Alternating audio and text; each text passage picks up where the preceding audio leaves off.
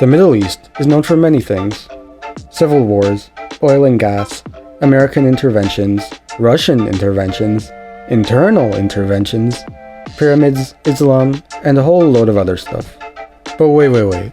Where even is this place? Well, clearly, as the name states, it's in the middle of the East. So China.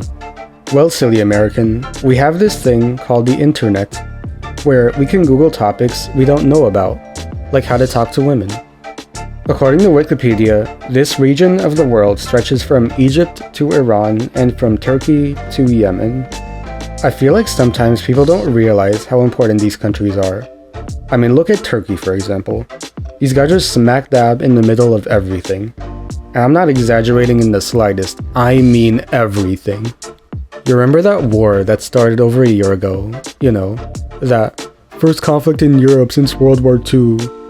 The one that people are afraid may complete the World War trilogy. The one which the Call of Duty devs are definitely gonna milk for cash in like 10 years. Yeah. Turkey controls everything that goes in and out of that war.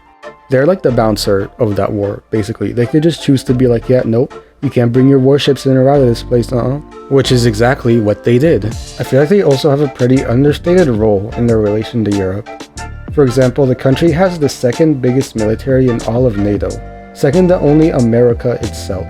In terms of numbers at least, the Turkish military is on par with those of France and the UK, both of which have whole nuclear weapons. And that's not it either.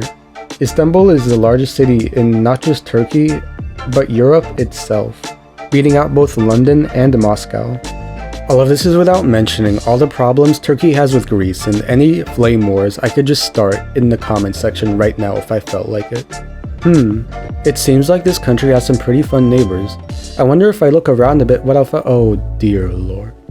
In Syria is a government led by Bashar al-Assad, who has led his side of the civil war for more than 10 years now. The Turkish government kinda doesn't really like him very much. For one, in the civil war, Bashar might have committed some war crimes according to who you ask, and there were also maybe a few more war crimes committed by other sides in the civil war, which turned Syrian cities and towns into Call of Duty team deathmatch games.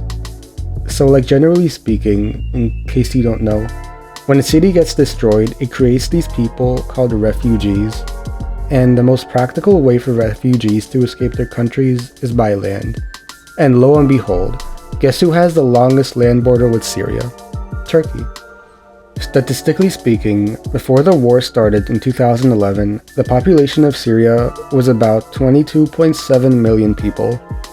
Today, roughly 3.5 million people in Turkey are Syrian refugees that have migrated since 2011. This means that Turkey holds about 15% of Syria's pre-war population. A lot of people in Turkey don't really like the presence of Syrian refugees, which has created a public opinion issue that the Turkish government now has to deal with. Essentially, since many Turks dislike the high levels of non-Turkish refugees, the government needs to respond accordingly to maintain its legitimacy and confidence in front of the people to rule the country.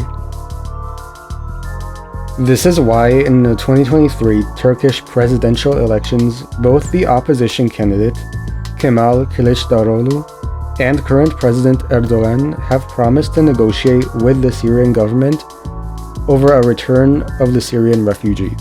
The government in Ankara, Turkey's capital, sees that Bashar's brutality is a big reason for their demographic situation, and so it is one of the reasons they oppose him, and has furthermore intervened and gotten involved to oppose and crack down on what it sees as terrorist organizations that have arose amidst the instability. So yeah, pretty simple. I mean, this is a pretty two-sided conflict so far. Doesn't seem like anyone else is trying to get involved, right? So you know how Turks don't speak Arabic and get mad at you if you call them Arab? Well, they're not alone. Ladies and gentlemen, allow me to introduce to you Iran.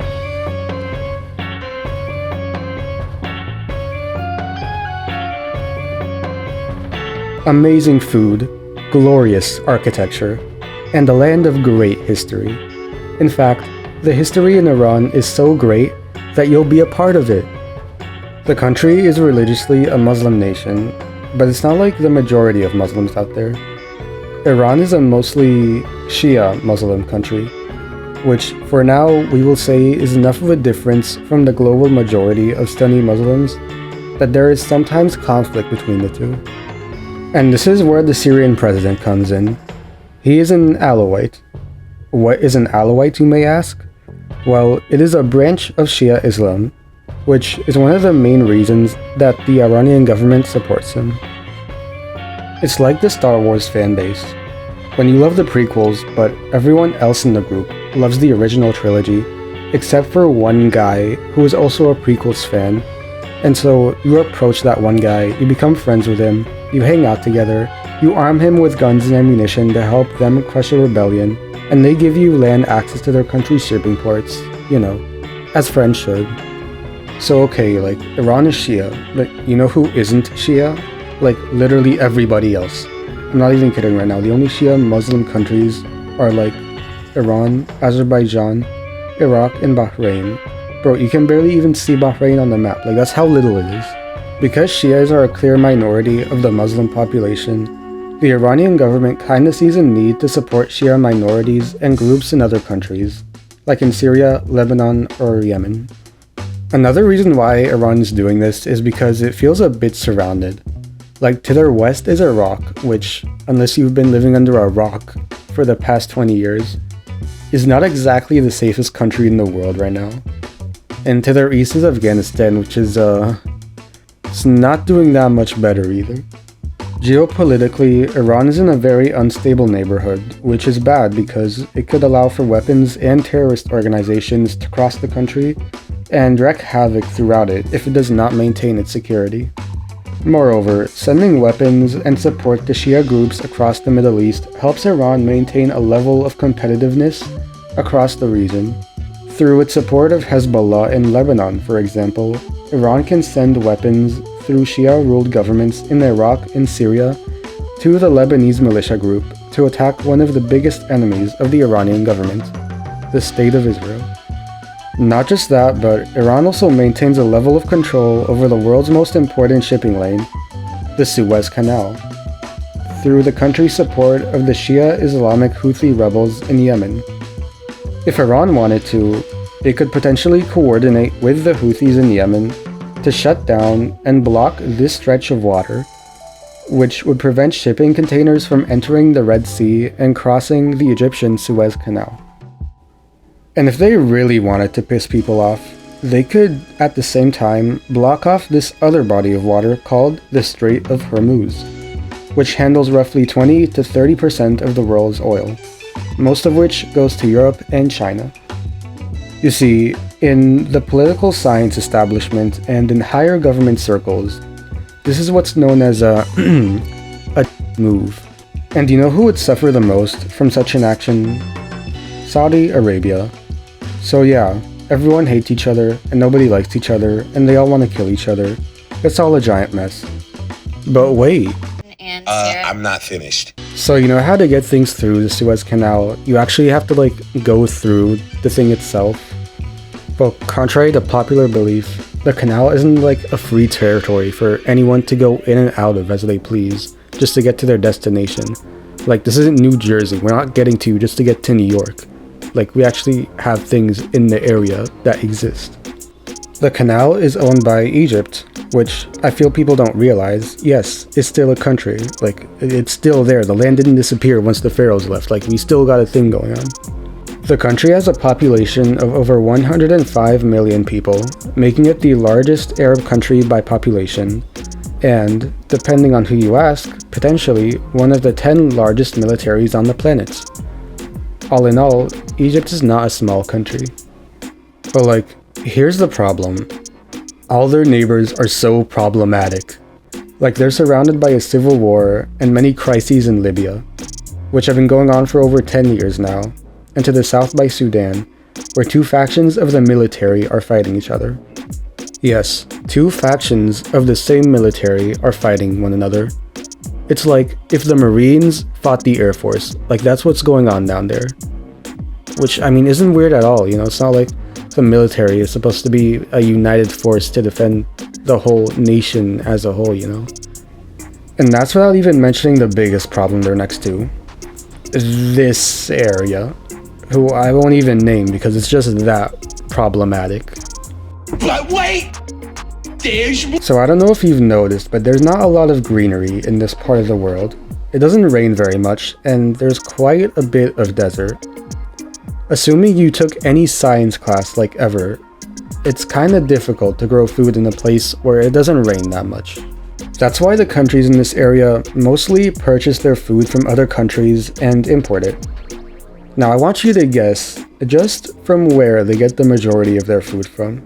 Take a wild guess. Is it Argentina? Wrong. Is it America? Wrong. Is it India? Wrong. No. Of course, through all the chance in the world, the majority of food that enters places like Egypt, Lebanon, and Iraq just has to come from Ukraine and Russia. It just had to be the two sovereign states that are at war with one another right now. And don't get me started on the water supply. You see, Arab countries have this habit of other countries damming up their rivers and leaving less water for them to drink. In Syria and Iraq, for example, the Tigris and Euphrates rivers, the two main rivers in these two countries, originate in Turkey and make their way to the Persian Gulf.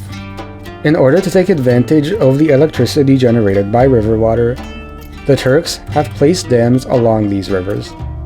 The problem here is that this leaves less water running down to Iraq and Syria, which, as desert countries, they don't really like that much.